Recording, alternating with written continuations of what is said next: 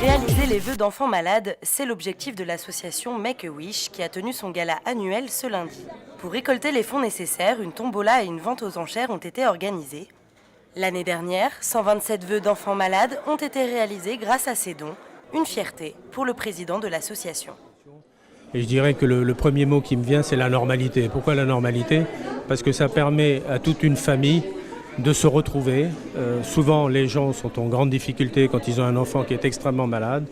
Et ça permet à une famille de retrouver vraiment un côté tout à fait normal, et y compris les frères et sœurs et le couple. Et je crois que c'est très important. Voilà. Et pour concrétiser ce projet, l'association peut compter sur de nombreuses personnalités.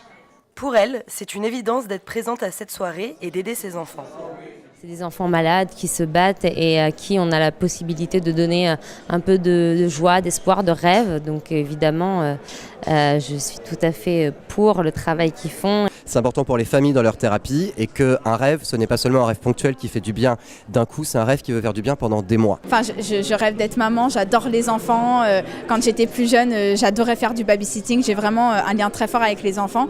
Et donc du coup, c'est vrai que c'est une association qui me touche particulièrement à cœur puisqu'ils sont là pour réaliser les rêves les plus fous des enfants malades. Après le cocktail, place au dîner. Au menu, un repas gastronomique et une vente aux enchères animée par Marc-Olivier Fogiel, une première pour l'animateur. Il a accepté avec joie de participer à ce gala.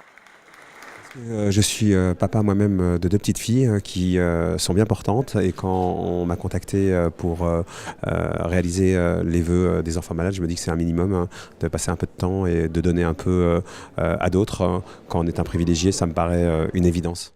L'acteur Laurent Lafitte était le parrain de cette soirée. En tant qu'artiste, il souhaite mettre sa pierre à l'édifice.